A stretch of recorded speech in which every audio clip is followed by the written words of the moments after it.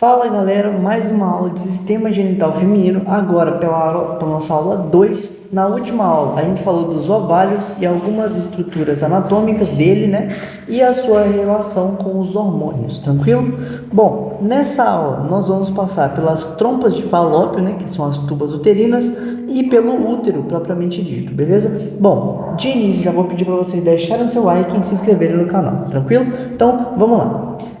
Vamos começar falando sobre as trompas de Falópio, tá? Que são essas estruturas aqui que vão ligar o ovário ao útero, tranquilo? Bom, as trompas de Falópio ou tubas uterinas, elas têm um comprimento, né, de em média 10 centímetros e está posicionado transversalmente e apresenta um calibre que se alarga progressivamente em direção à cavidade abdominal, tranquilo? Então ela vai começando grandona e vai se afinando até chegar aqui na cavidade do abdômen, onde vamos ter o útero, tá? E ela apresenta algumas divisões anatômicas, que é a parte uterina, o ístimo, a ampola e o infundíbulo, tranquilo?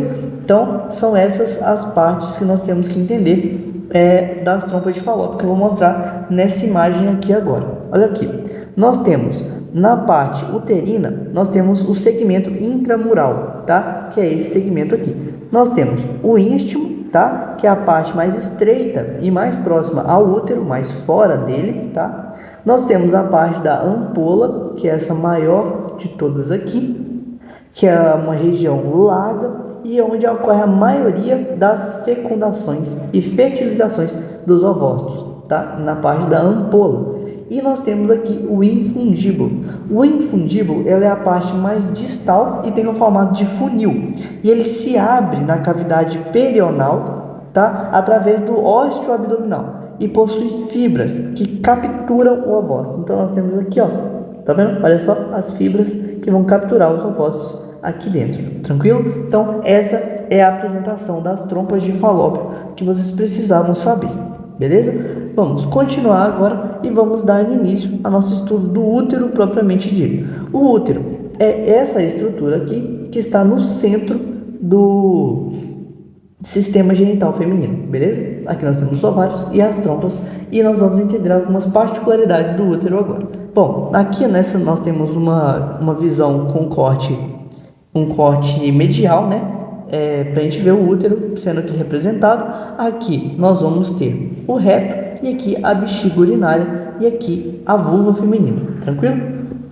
Bom, algumas características importantes. Bom, primeira coisa, o útero ele é um órgão muscular e ele é oco, tá? Ele fica na linha mediana da cavidade pélvica e desempenha a função principal, que é a reprodução. Ele é responsável pela gestação, que é onde o embrião se desenvolve durante a gravidez, tá?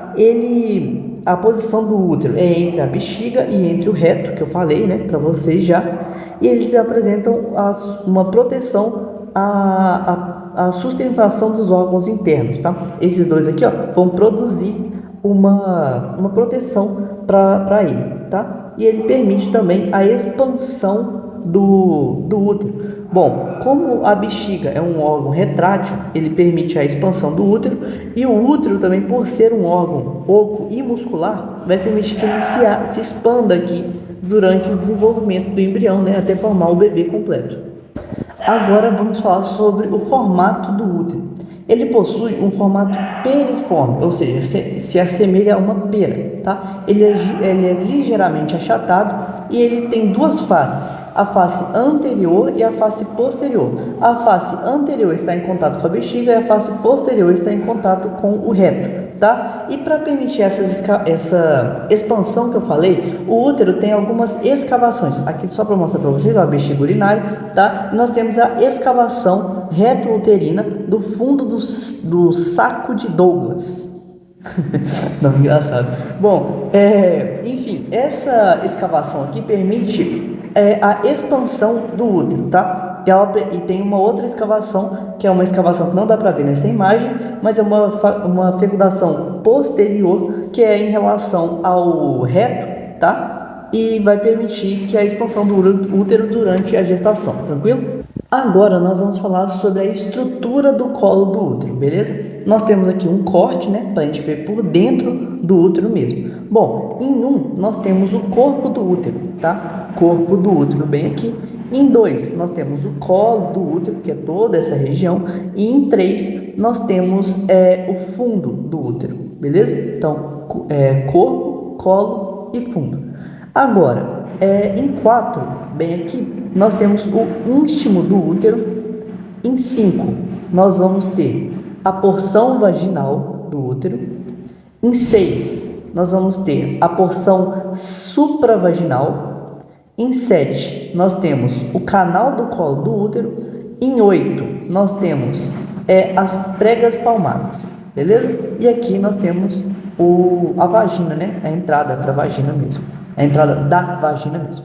E essas pregas aqui, elas dão um aspecto rugoso, tá? Para esse local aqui, que é o canal do colo do útero. Então, tem um aspecto rugoso. Tranquilo?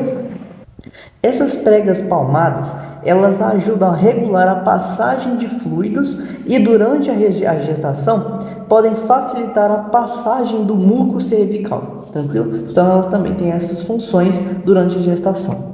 Elas, obviamente, não seria aí por pura, entre aspas, estética. Tudo no nosso corpo tem uma função bem definida. Agora, né, como é de costume, vamos falar um pouquinho da histologia do útero, né, de forma resumida, obviamente. Bom, o útero, ele apresenta algumas paredes. Essas paredes são o perimétrio, o miométrio e o endométrio, tranquilo? Bom, o perimétrio é a camada mais externa do útero e ele é composta por um tecido seroso que reveste o útero e a cavidade abdominal. E essa camada ela é importante para a proteção do órgão, então faz uma proteção. O perimétrio é responsável pela proteção e estrutura do útero. Agora, o miométrio ela é uma camada intermediária, tá? Composta de músculo liso e ela é fundamental para a expulsão do feto durante o parto. Então, é o miométrio que vai fazer as contrações para a expulsão do feto, né, para dar a vida à criança. Bom, as fibras musculares do miométrio elas são organizadas de forma estratégica, né, para permitir uma contração ordenada do útero. Bom, agora o endométrio ela é a camada interna, tá? Que ela é uma mucosa rígula em glândulas e vasos sanguíneos. O endométrio é onde ocorre a implantação do embrião após a fecundação, tá? E essa camada ela é responsável por desintegrar-se, né, durante o ciclo menstrual. Então aqui que vai acontecer a descamação no endométrio. É até que a gente estuda, né, a descamação do endométrio, tranquilo? Que é a parte mais interna do útero. Bom, agora nós vamos falar de alguns ligamentos de suporte do útero. Bom, são 3 ligamentos, mas nessa imagem só dá para a gente ver 2, que são os 2 principais. O primeiro que nós vamos ver é o ligamento largo do útero, tá? Nós temos ele bem aqui, ligamento largo do útero. Ele é uma estrutura ampla que fornece suporte ao útero e permite a passagem de alguns vasos sanguíneos e nervos, tá? Nós temos o ligamento redondo do útero, que é este daqui, beleza? Esse ligamento redondo, ele é um vestígio embrionário, tá? Que se conecta ao útero e à região unguinal. Tá? E o último está na parte posterior do útero, tá? Que vai ligar o útero ao sacro, e esse é chamado de ligamento útero-sacral, beleza? Que vai fazer com que o útero permaneça de forma correta na cavidade pélvica. Agora vamos falar da vascularização do útero, beleza? Bom, a vascularização do útero ela é feita principalmente pela artéria uterina, que é essa aqui. A artéria uterina ela é um ramo da artéria ilíaca interna, tá? Da artéria ilíaca interna vai fazer a artéria hipoglástica e da hipoglástica vai fazer as artérias vaginais, que vão vascularizar a vagina. Agora, a parte de cima é um prolongamento das artérias uterinas que vão formar as artérias ovarianas bem aqui em cima, tranquilo?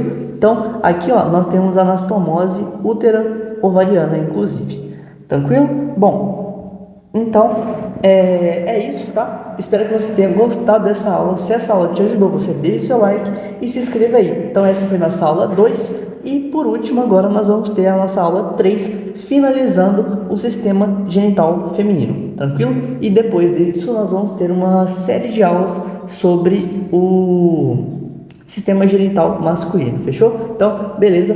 Falou!